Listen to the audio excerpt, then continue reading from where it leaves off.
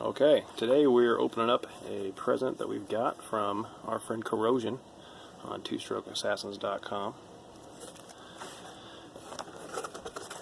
This is a bunch of extra stuff that he's not using anymore or hasn't used. I honestly don't even know what everything is in here. This is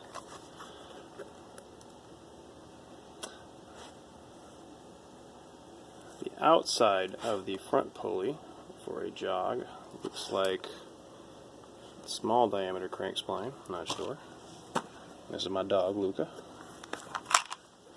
We have a full set of 16 by 13 Variator weights for tuning. Looks like yep,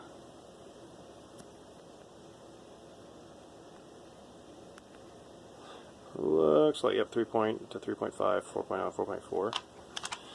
All the stuff that we need for our new Variators. We also have stock size Variator rollers from stage 6, 5 3/4 gram. That's actually a really good size.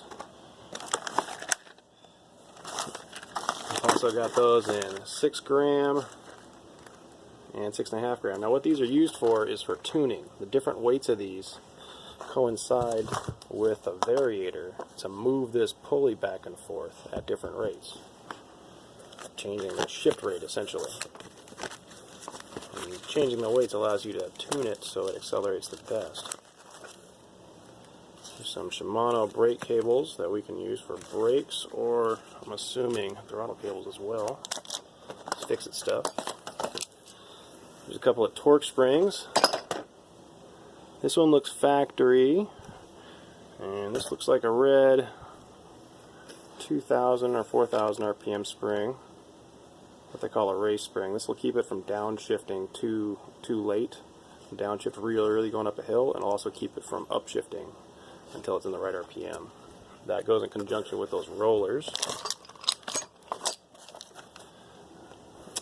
Here's a Hoca brand Variator. This is a cheap or inexpensive, fairly high quality Variator.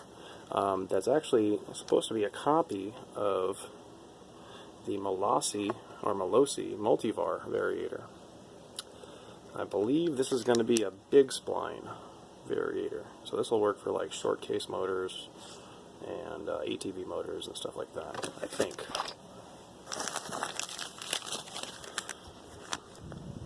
More roller weights, look like factory ones. We can never have enough roller weights. You never know what roller weight you're going to need. You can mix and match as many weights as you can get. And here's another box of weights. See, weights are very, very valuable. Also got some clutch springs here. Now what these do is they change the RPM that the clutch engages at. So when you rev the scooter up to about 2000 RPM, usually it starts taking off. These springs will raise that to about 3500 RPM. So it's kind of like dropping the clutch at a higher RPM on a car, you know, just makes it take off a little faster. More weights, Malossi weights, very good quality stuff.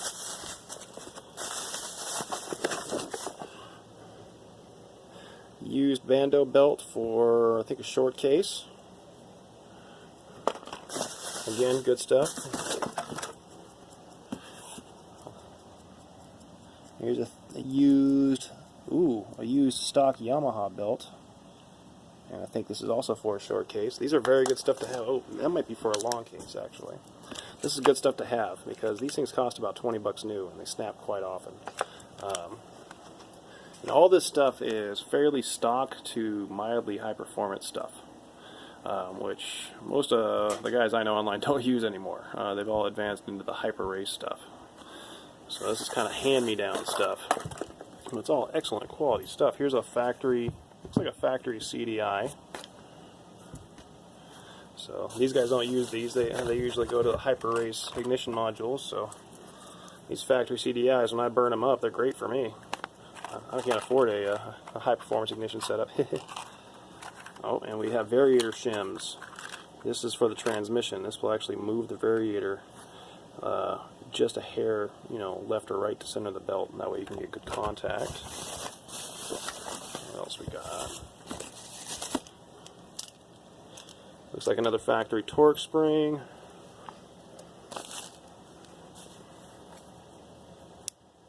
Looks like some, ooh, cable hemostats. It's a pinch of brake line.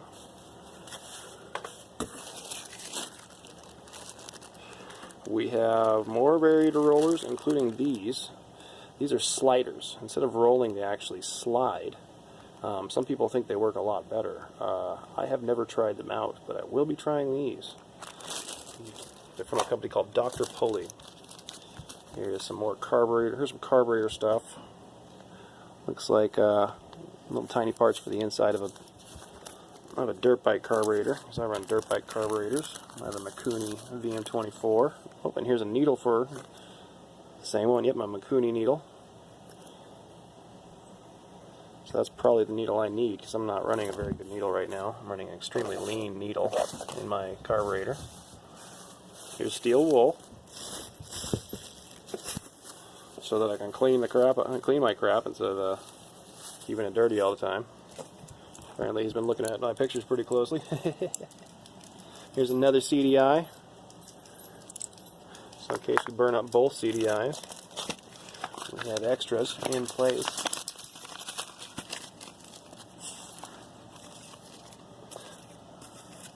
More carb stuff, which is always nice. Carburetor stuff is a lot like Variator stuff. You never know what stuff you're going to need for your carburetor. There's almost infinite ways to tune them. This looks like another needle. I'm not sure if that's for a factory carburetor or PWK style carburetor like I have, but we'll find out. Not sure what that is. It looks like a battery of some sort, probably for something else in here. More carburetor parts, gaskets for TM24, which is a flat slide carburetor.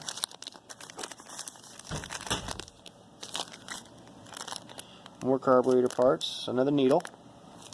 We like needles. Needles are nice to have and not easy to come by. And another needle, alright. Yeah, another TM24 needle. This is good because needles are, you never know what needle you're going to need until you actually get the thing tuned up. And nobody wants to buy $40 worth of needles just to use one. There's another gasket for a carburetor, for the top part of the carburetor.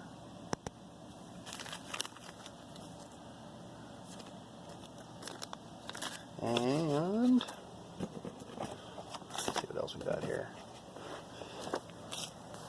Oh, the manual for the Stage 6 Pro replica that I also got from Mr. Corrosion. Looks like it may be in German though. I have to learn German. That, I don't know what that is. Looks like it closes on something, but I don't know. Let's figure that one out. This is a very nice one. This is a spark plug ignition tester. Instead of taking a spark plug and trying to ground it and check the spark, you just plug the spark plug cable right onto this side and then ground it, and you can then measure the spark. And you can see how much spark your ignition system is actually putting out. That is a good one. This one I never even thought of using. And probably the best part of this package, craisins. Make every bite brighter. I actually really like craisins, and to be honest with you, I drink way too much coffee, so I will more than likely be eating these for some sort of urinary tract infection in the near future. So thank you very much, Corrosion. Also a wonderfully nice, soft, very nice towel. Very, very nice and soft. Too soft for my hands.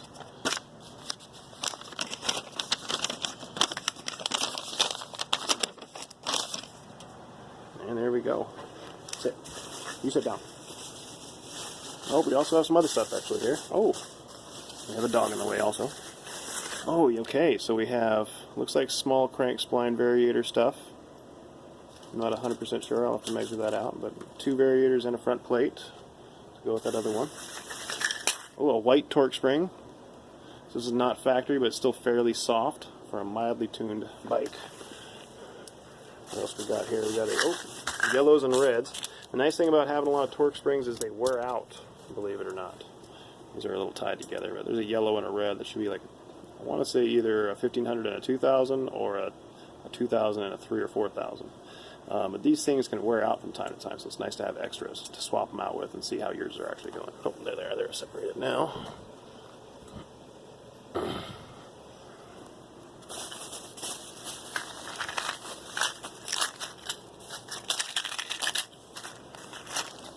Looks like clutch springs. Looks like Stake 6 clutch springs, I'm guessing, because they're black. A couple of orange ones in there too. Some rollers. Very good to have.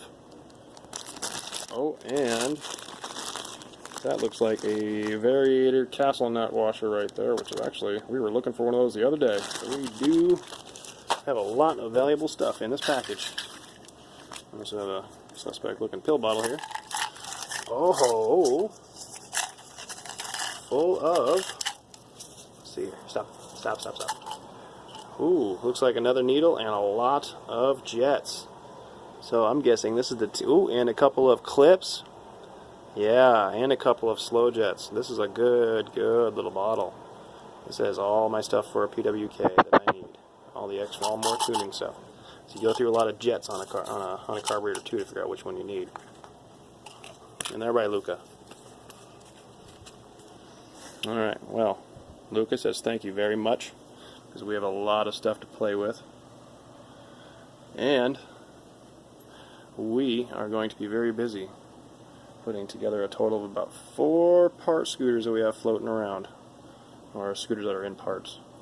We have 1988 pre-bug Zuma that I need to finish back together, and I have my 2005 Bug-Eye Zuma that I have, and I also have a couple of short-case Chinese bikes that I have put together for just random projects. I don't know if I'm going to flip them or if I'm just going to keep them for friends. But once again, this has been Benji from twostrokeassassins.com, showing you guys that secondhand stuff is not usually bad. A lot of times this stuff is great for 2 reasons. 1, it's hardly used. 2, it comes with knowledge. The people that have this stuff have knowledge of use. They have the experience from it. They can tell you whether or not it was useful, if it did anything for you, or if you just upgrade to something better or stay stock. So, if you guys want to learn more about this stuff, go to twostrokeassassins.com and look at everybody there, because most of the people there are highly knowledgeable in this stuff. Alright, talk to you later.